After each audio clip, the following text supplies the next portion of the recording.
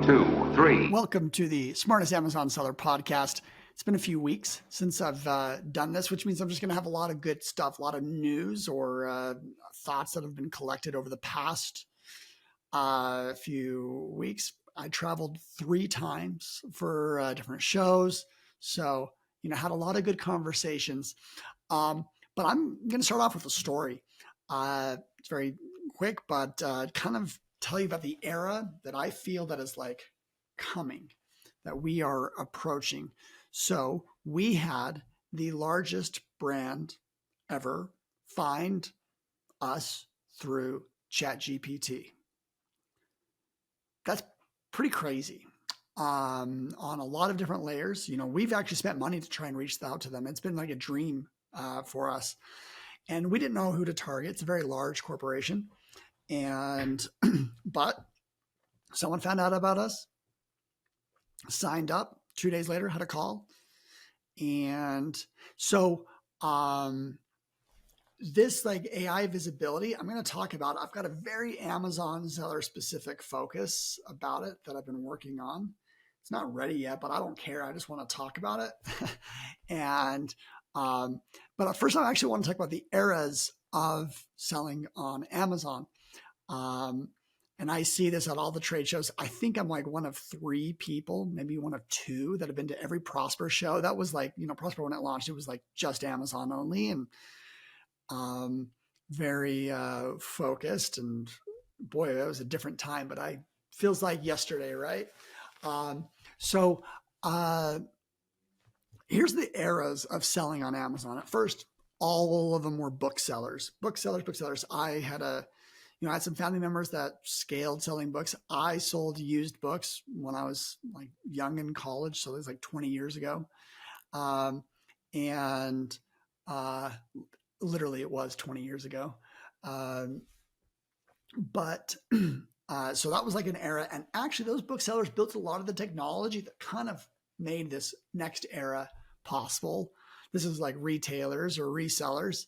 And the booksellers, they built out repricers. If you look at all the old repricers, they have bookseller DNA, as that's who was first and big and building the stuff. They needed sophistication. But let's continue on our eras tour. I do listen to Taylor Swift every other day, it seems like, with my the girls in the fam. I could talk about girls in the fam forever, but we're going to jump into the next era's tour, the product research. So around 2015, 2016 is when Jungle Scout was launched. And it's kind of like, or private label just like kind of had a boom. A lot of successful private label sellers started at that time. I think all the courses kind of peaked 2016, 17, 18, where like, they were really helping people start e-com businesses, start Amazon business. So that's the private label boom. And I think about 2017 to 2018 is when ads came into the picture. It was not in the picture before that. It is crazy to think that for years I was selling on Amazon and you couldn't even, there were no ads. Feels like, but that was just kind of an era that were like all these big advertising services built tech, built AI tech. I'm thinking of, Quartile Ticketmetrics were some of the early ones, and there's many, many others. And and then, some small eras that maybe they were smaller than the advertising and product research, but like, one year we showed up to Prosper and like reimbursements was like the thing. And there's probably like, went from like 1 or 2 to like 8 in the next year. And my brother and I, we were kind of one of them. I never went full throated into that, but it was a side business and probably exited too early, but that's a story for another time. So then there was an aggregator era during COVID. There was a lot of like lenders. So like I felt like, just finding funding was like just, couldn't turn without seeing like 5 or 6 of them around. Generally, that space has cooled, or like you don't see them as aggressive. Maybe that's with like the change of interest rates. I don't know. Or maybe I know Amazon's funding itself like has evolved. Then we have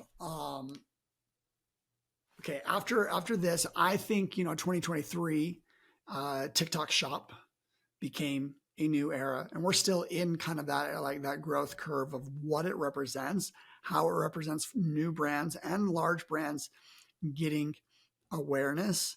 As you know, I've seen many brands you just like use that like rocket fuel. So we're still kind of in that. Then when I look at other things going on right now, a lot of AI agents kind of like doing business services for you. I'm not sold on it yet. I've even had someone or two people talk about them on my business. I'm not sure they're kind of hitting that level of success. Amazon is also kind of doing agents or that type of stuff on their website. So who knows, like if the outside ones do better than what Amazon creates. Amazon kind of is a little bit more cautious. And I could see that being, advantages on both sides.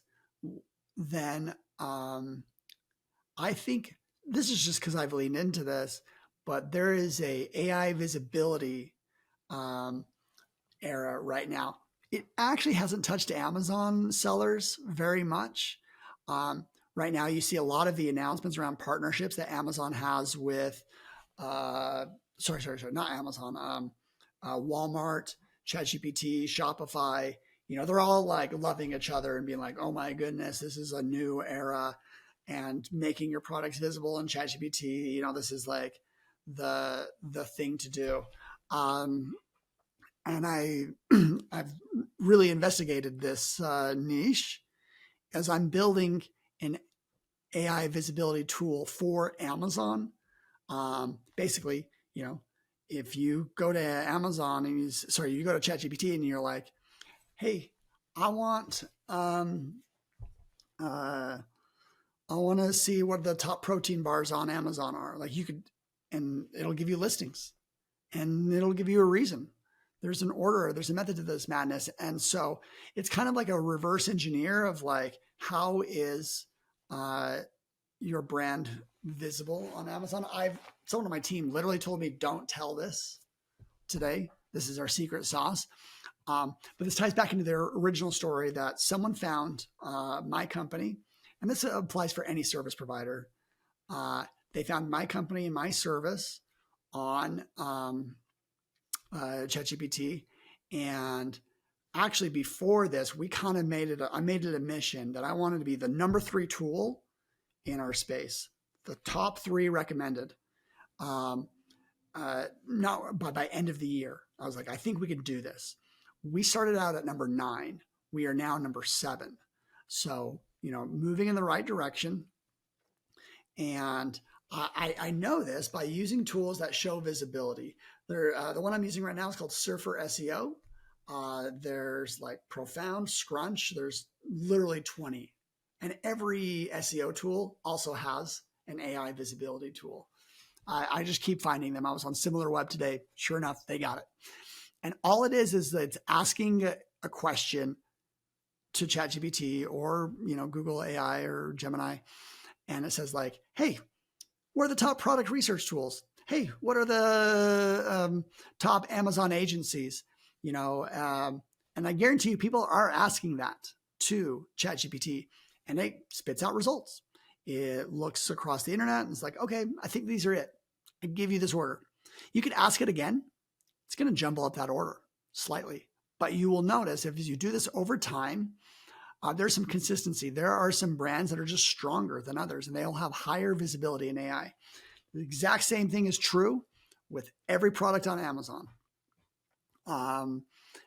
ChatGPT is aware of these products. They see lots of content. They see, it'll also look at the Amazon content and We're building a tool that is specifically focused to Amazon visibility.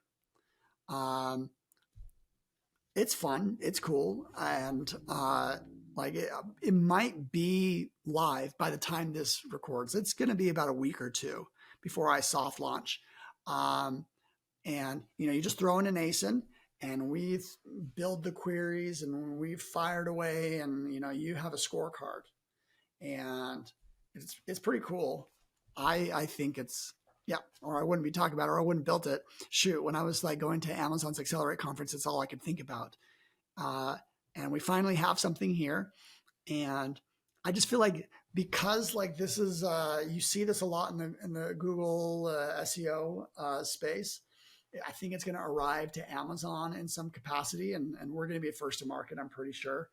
And but I know some of the smartest people that I work with, like they're using ChatGPT as often, or not more often, than Google. So that kind of represents a new era. There was Amazon doesn't like AI shopping agents. They sent a cease and desist to Perplexity saying like, hey, stop it. Or, it's breaking one of their, I don't want to go into the details of that, but I actually understand why Amazon does it. And they just want to be able to be a part of that.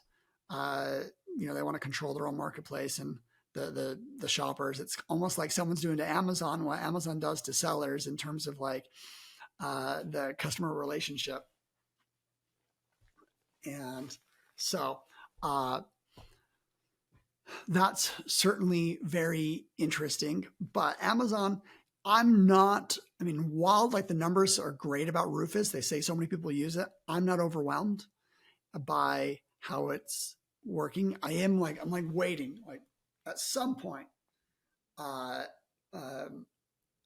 Amazon's like got to figure something out. They got to have like a real, like long-term, like this is cool experience to bring AI to like improve the shopper experience. It's okay.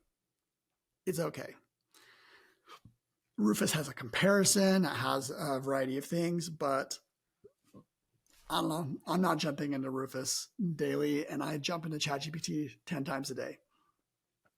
So maybe your mileage may vary. So that's just kind of like, I do think that let me take it one step further to like explain like how do you get visibility in AI? It's just content. Text is always best because not all of them are reading images and indexing it accordingly. So in regards to Amazon, like it's kind of like bullet points being very specific and very like helpful, and the description starts to matter a little bit more. So if someone asks like, hey, what's the best grill for outdoors with my minivan or like my camper van, if you mention camper van in your content, like that's how you get served up. So kind of, I think for a while visuals are like everything. I still think they're like number 1, 2, and 3. But if we enter this AI discovery era, that's kind of like brings back like that keyword focus that was probably really strong during the private label era. So wow, we're mixing and matching eras. And I can tell you how, like, I've mentioned a few more things about gaining visibility. It's basically good SEO. What is good SEO? And in general, everyone thinks like, everyone tries to game it. That's where like, think of SEO as like your visibility in Google. Like if someone types in, awesome Amazon agency, guess what? Google serves something up, and they're doing it primarily off of like that's SEO, is being optimized to be at the top. And you do that by having all the trust signals that are out there. That means you have a lot of you have links from other websites pointing to you. You have content on other websites pointing to you. The content on your website shows expertise, authority. It's clean. It's good. It's data driven. You So the content on your website is a factor. And so I'm working on both of those sides, like improving the content and improving our the mentions of us outside of there. And I think I've personally gained about 15 backlinks in the last 2 weeks. It's rough, but I don't know. I'm passionate about it. And so, yeah, those are my thoughts about the era that we're in right now. I think ChatGPT's growth and the way people are using it is just only growing. It's so sharp. I use improving our content. I use AI. I use ChatGPT to make it better. That's another story. If you want to jump into it, I did want to mention one cool tool that I've worked on lately. We just launched it. It's keyword rankings by state. Who knew? But rankings do vary by state. We've made that possible. You can search an ASIN. So you put in an ASIN and then you say a keyword and we show you, just a snapshot. Most states will be the same, but then you'll see a few that are just randomly different. So I don't know all the implications. There could be I'm sure there's some supply chain people, some advertising people that might know how to best do that. But I just wanted to answer that question. Do they vary by state? And if so, what is it? So, if you think there's zero use, that's fine. But we proved it then. That's where that comes from. Also, we launched a ratings booster. This is like a feedback tool, but we just kind of made it. So if you're already using Smart Scout, we had a lot of requests, people that wanted it. And so there you go. There you have it. It's very simple. All it does is checks that button like Amazon's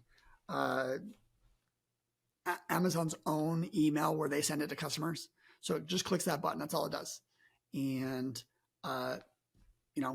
seeing results. If it increases the ratings and reviews per 100 sales from 1 to 1.5, it's worth it. Or 1 to 2, it's definitely worth it. So, yeah. Well, that's all I've got for you guys. And we'll let you get back. Thank you for listening. Thanks for sticking around on the pod. It's the end of 2025 era. So what will next year bring? All right.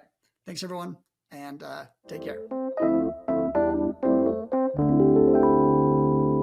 1, 2, 3.